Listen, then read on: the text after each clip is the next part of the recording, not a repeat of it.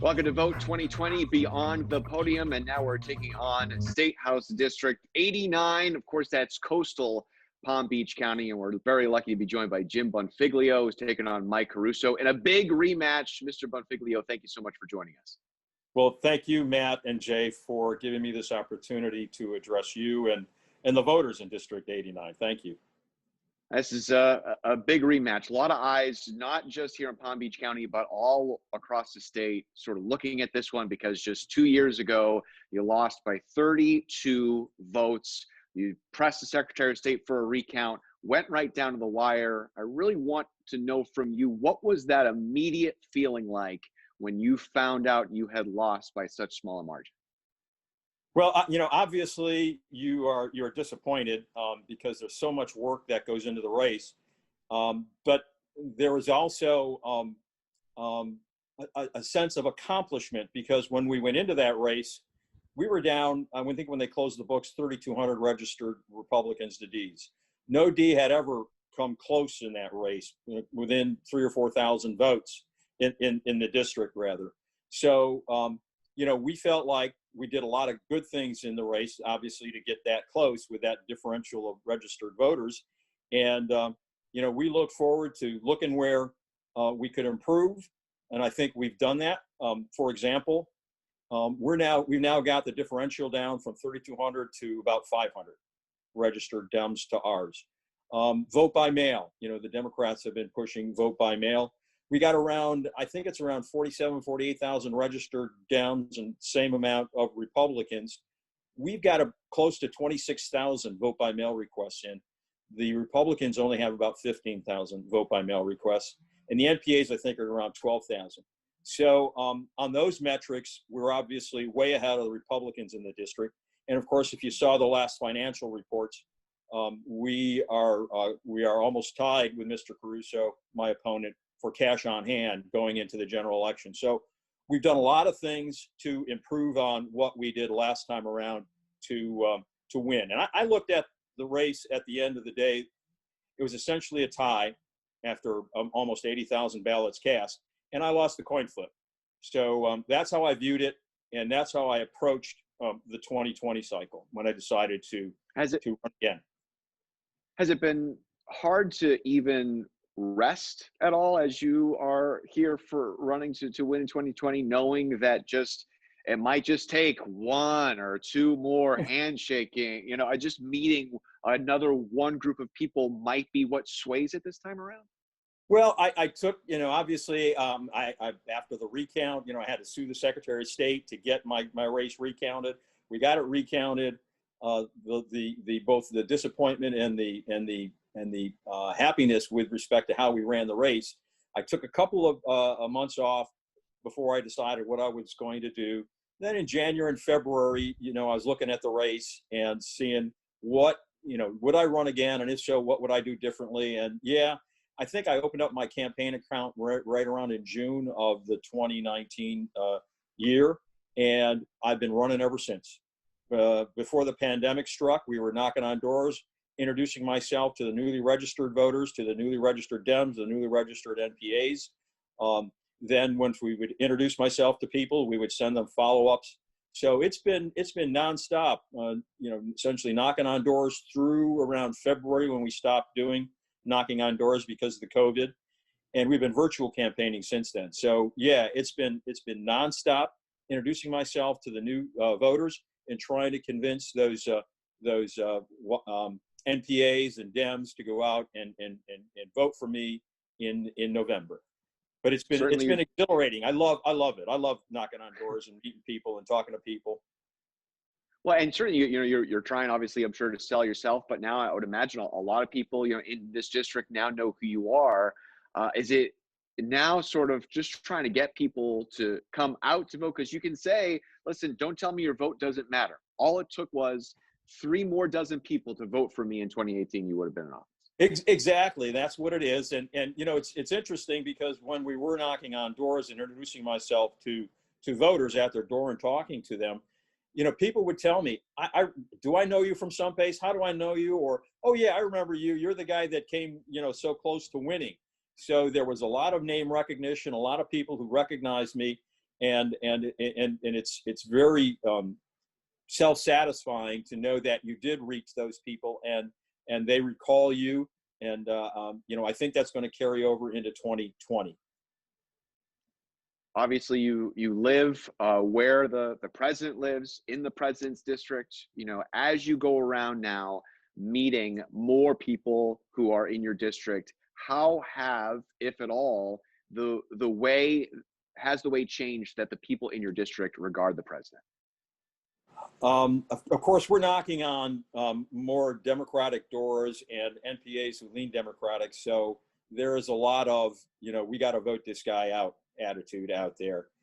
As a matter of fact, you point out that Donald Trump is in the district, Mar-a-Lago is in the district. When he switched registration, we were doing a postcard campaign for the newly registered voters. So I sent a postcard to Donald and Melania Trump at Mar-a-Lago, inviting them to help flip Florida blue. He didn't respond, but that's what our campaign is about: reaching out to everybody, and not just the Dems and the NPAs, but also the Republicans. I don't know if I've spent approximately 2 decades, a little less than 2 decades, as either appointed or elected official here in Ocean Ridge, and Ocean Ridge is around 2-to-1, 3-to-1 Republican to Democrat. So I've experienced working closely with Republicans and getting things done. I like to say, when I was campaigning, I speak 3 languages. I speak English, parlo italiano, I speak Italian, and I speak Republican. Mm-hmm. I know how to speak with Republicans to get things done. And that's what I accomplished, I think, in my 2 decades of work here in Ocean Ridge. And that's what I think I can do in Tallahassee. Have you felt the support change from statewide Democrats knowing how close this race was 2 years ago? Yeah, and I'm getting support not only in the state. This is the #1 seat to flip for the Democrats. It's the #1 target in the state. It's probably it's in the top 10 in the country for Democrats to flip. And if you look at my campaign reports, I'm getting contributions, $5, $10, small contributions from throughout the country and I think they especially like the fact that when I win in November, there's going to be a Democrat representing the ex-president of the United States come November 4, when Donald Trump wakes up at Mar-a-Lago. So yeah, I think there's been a big shift in support in the district and throughout the state with respect to the November election. You could just kind of feel the electricity in the air, even though you're really not having that face-to-face, shake your hand, kissing babies contact with the voters. I get emails, I get phone calls, we're doing the phone banking, and there's just a groundswell of Democratic support for Joe Biden, Kamala Harris, the Democratic ticket up and down. We're also going to have, for example, Lois Frankel and Ted Deutsch are going to be on the ballot. There's just this groundswell of support for up and down Democratic choices on the ballot in November. I wanted to ask you too, unless we've been talking it's all very important, but we're a dog loving show here, and I noticed that you have 2 Shar-Peis. Now, you're not just a regular dog lover to own Shar-Peis. Of course, if you don't know, those are the ones with all the wrinkles all over. Yes. Tell us about what it's like having dogs like that. Well, one of them is sleeping right behind me, curled up out of bed. The other one is outside barking at some squirrels, I think. I've owned Shar-Peis since, I think, the late 80s, early 90s. I probably, I hate to say gone through, but, they have relatively short lives. And this is probably my 9th and 10th Shar-Peis. I love dogs. I do Shar-Pei rescue. And I foster the dogs while they're waiting to be adopted. At one point, I had 5 dogs in the house because I was fostering dogs. And then when I tried to adopt them out, they had got so used to living with me that they wouldn't adopt out. So I wound up with 4 Shar-Peis at my house at one point in time. But I love dogs. I love the companionship. They don't take the credit card. They don't borrow the car. They don't use the phone. And every time you come home, they love you. So it's a great experience, and I encourage everybody to if they want a pet, do the rescue. I love Shar-Peis, but pick a dog and rescue a dog. That's the best way to I think get a dog. I hate to go They're from always gonna dog be. loving to hard questions and feel like the vice principal here. Okay. But what is it difficult to be a Democrat in a place like Ocean Ridge and all of those more coastal, more affluent at points communities? And what about you makes you a Democrat, if you know what I mean by that question? I think I do. Is it difficult to be a Democrat? I don't think it's difficult to be a Democrat. Like I said, you just need to understand Republicans when you live in a community that is, overwhelmingly Republican versus Democrat. And you do learn to understand what it takes to get things accomplished in a Republican leaning area. So I don't think it's difficult. It's just a different approach to problems. And of course, the small community like Ocean Ridge, there really isn't a Democrat or Republican way to fix a road. There's a way to fix the road. There isn't a Democrat or Republican way to fix the water system. There's just a way to fix it. And you try to find the best and the best method and the least expensive method to accomplish those goals. So it's not really difficult, I don't think, to be a Democrat in a Republican leaning area. The second part of the question was, well, what about you makes you a Democrat? And I'll follow off yes. of what you said in terms of you're going to Tallahassee, right? And there's not a lot of road fixing there. There's a lot more of gun control and school choice and these issues that do have partisan divide to them. Where are you on those bigger issues in terms of, do you feel that you lean left in those scenarios? Right. Well, I support common sense gun control. I'm a gun sense candidate. So yes, I do support gun control. I think we need to keep our children safe at school. We need to keep guns out of people who've been convicted of domestic violence, so that they don't use guns against their significant others in their houses. We need, for example, close we called it the boyfriend loophole, but I think it's better said to be the significant other loophole, where if you've been convicted of domestic violence and you're not married or formally married to the victim, or you don't share children with the victim, you can still get a gun, which means that if you're a significant other, male, male, female, female, without children, and you're not married, if one spouse is using another, or one live-in is using another live-in, you can still, and convicted of it, you can still get a gun.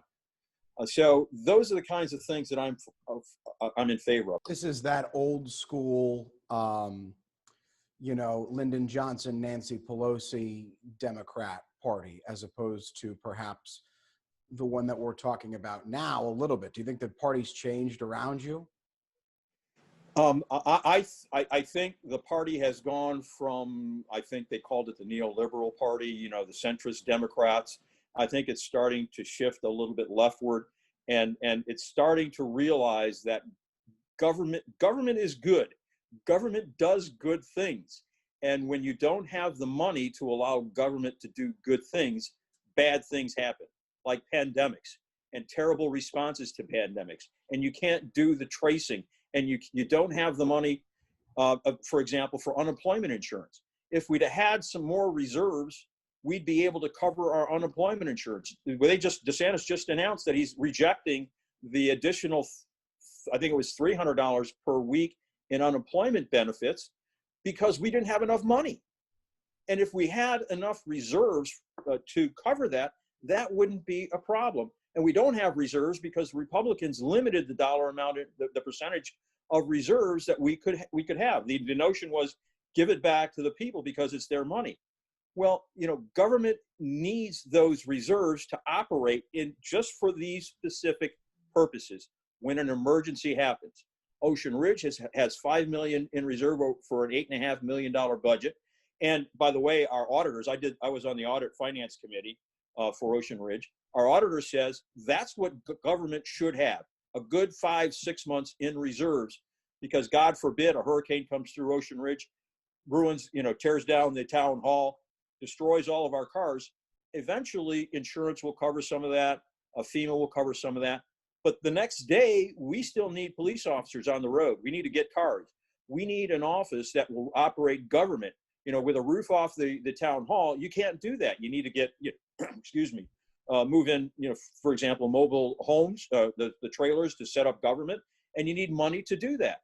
So that's why we have a reserve. And I helped, create the budgets for 5-6 years here in Ocean Ridge, and that's why we kept the reserves. And that's a problem with what's going on here in Florida. The Republicans just don't believe in government. Government does good things, and we could see what it does when, for example, other states have been able to keep down the COVID infection and the COVID diseases, and Florida, unfortunately, has not. I have one more for you, which is you've had the benefit perhaps that a lot of other candidates haven't had, that you're watching your former opponent right now in Tallahassee, in the legislature, something that you were however many votes away from getting. What would you be doing differently now if you were in that seat? Well, one of the things I would have done differently, for example, would be to have voted for the special session to deal with the pandemic. My opponent voted against the special session, and we don't have a special session in order to deal with the budget shortfall, in order to deal with the unemployment insurance, in order to deal with the public health crisis. So that's an example of one of the things I would have done differently. Another thing I would have done differently is I would have voted against the anti-choice bill that my opponent voted for with respect to parental notification. So those are some of the things that I would have done differently than my opponent has done. I want to leave you with this, Mr. Bonfiglio. Can you give me second time's a charm in Italian? Il secondo volte è un fortuna, okay?